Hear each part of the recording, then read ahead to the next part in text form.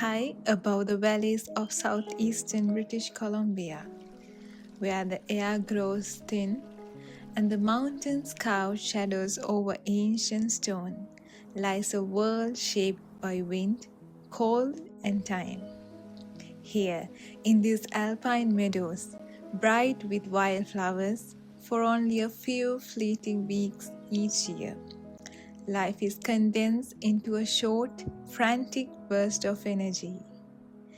And it is here that we meet one of the high country's most charismatic inhabitants, the yellow-bellied marmot. For months each year, it sleeps beneath the frozen earth, waiting, conserving, listening for the first breath of spring. But when the snow melts and the rocks begin to warm beneath the returning sun, the marmot awakens, beginning a race against time.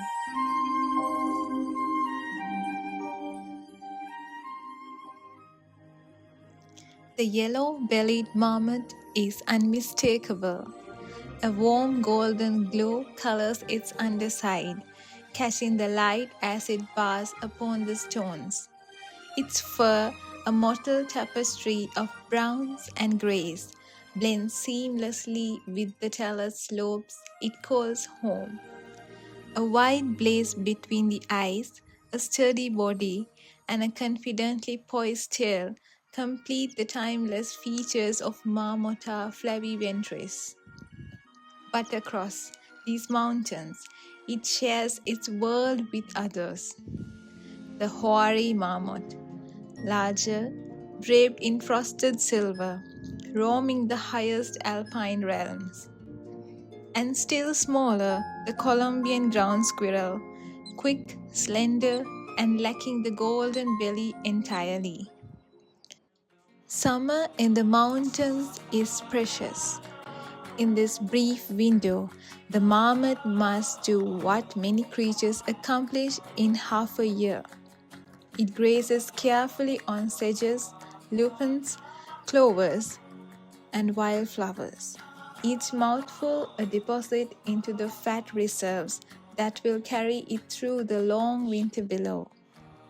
Every moment of sunlight is an opportunity, for the marmot must double its body weight before the snows return. Though often seen alone upon the rocks, the yellow-bellied marmot is deeply social.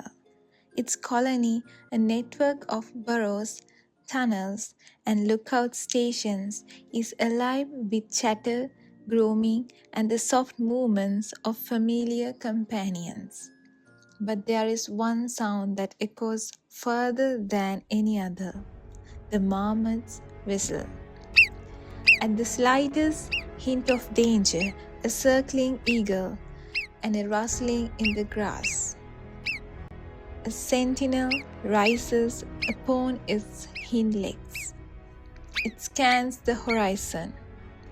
Then a sharp, piercing call cuts through the mountain air. Instantly, the colony disappears into the earth. These alarm calls, these moments of shared vigilance, are what have allowed marmots to survive in a land filled with predators and peril. Yet not all interactions are peaceful. Conflicts erupt. Brief, intense clashes as individuals compete for space, mates, and access to the warmest basking sites. Through these encounters, social hierarchies emerge, shaping the quiet order of the colony.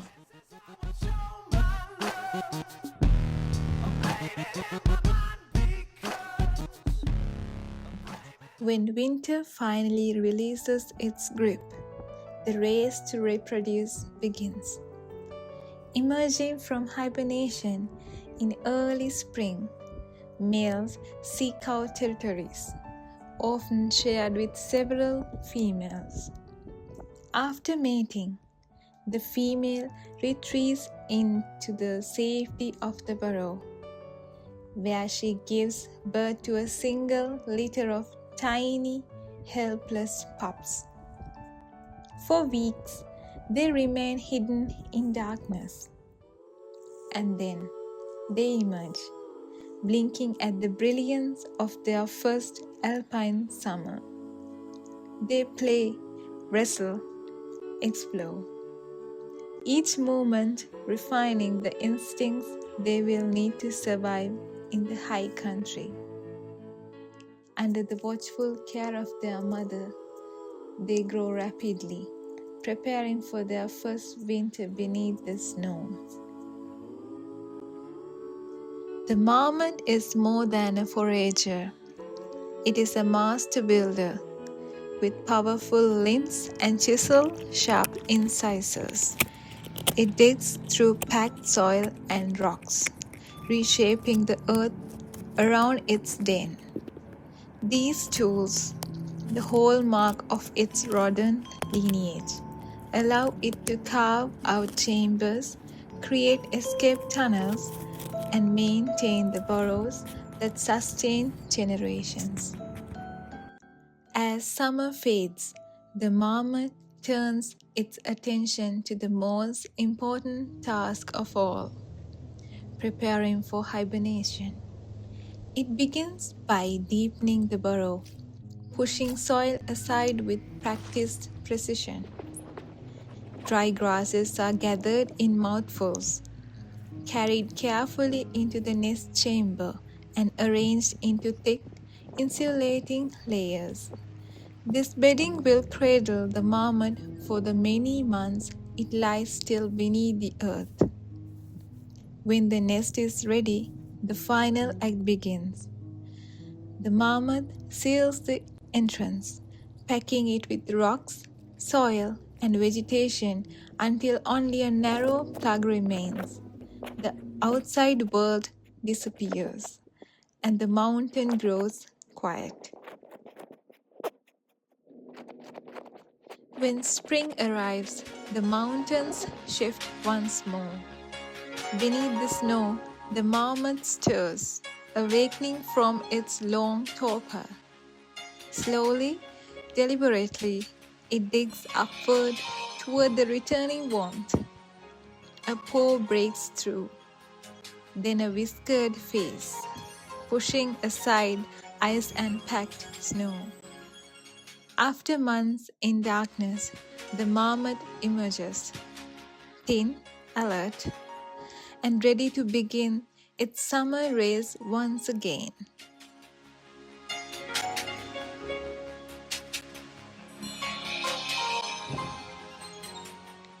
But the mountains are not without danger. From above, golden eagles circle silently, their shadows sweeping across the meadow. On the ground, coyotes and wolves patrol the slopes, their senses sharp, their movements deliberate. Even bears, broad-shouldered and powerful, turn over stones and dig into dens in search of a marmot meal. In this landscape, survival demands constant awareness, and the marmot's vigilance is its greatest strength.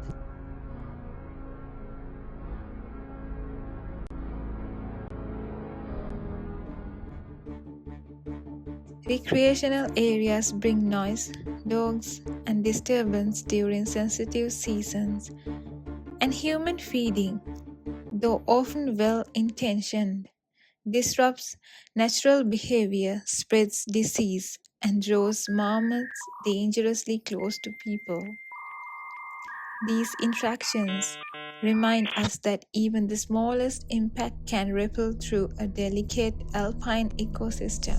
Hikers, dogs, and the constant presence of humans can interrupt feeding during critical periods of energy accumulation. And when visitors offer food, whether a piece of carrot or a handful of snacks, the consequences can be profound. Human feeding disrupts natural foraging behavior, spreads disease, and draws marmots dangerously close to urban spaces and vehicles. Its population is stable across much of its range, but stability does not guarantee safety. Climate change threatens to alter the timing of snow melt and the availability of alpine vegetation. Expanding development continues to fragment meadows and reduce safe hibernation sites. Protecting marmot habitat, ensuring that alpine meadows remain intact and undisturbed, is essential. Provincial parks, wildlife corridors, and responsible recreation all play vital roles in supporting these species. For in safeguarding the marmot, we preserve the ecological richness of British Columbia's mountain landscapes.